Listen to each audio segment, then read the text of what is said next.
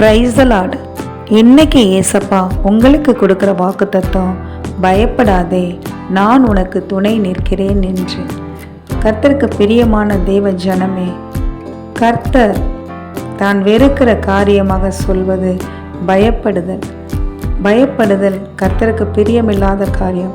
கர்த்தருடைய பிள்ளைகளாகிய நாம் எதற்கும் பயப்படக்கூடாது. ஏனென்றால் கர்த்தர் ஒவ்வொரு நொடி பொழுதும் நம்மை பாதுகாத்து தன்னுடைய உள்ள கைகளில் வரைந்து வைத்து நம்மளை வழிநடத்தி கொண்டு வந்திருக்கிறார். அப்படி இருக்கும் பொழுது கர்த்தருக்கு பிரியமில்லாத காரியமாகிய பயப்படுதல் என்ற காரியத்தை நம்மை விட்டு விலக்க வேண்டும்.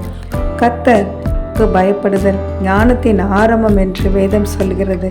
நாம் கர்த்தருக்கு மாத்திரம் பயப்படுவோமாக. கர்த்தர் நம் அனைவரையும் ஒவ்வொரு நாளும் பாதுகாத்து நம்மளை வழி நடத்துவார். பயப்படாதீர்கள், கர்த்தர் உங்களுக்கு துணை நிற்கிறார்.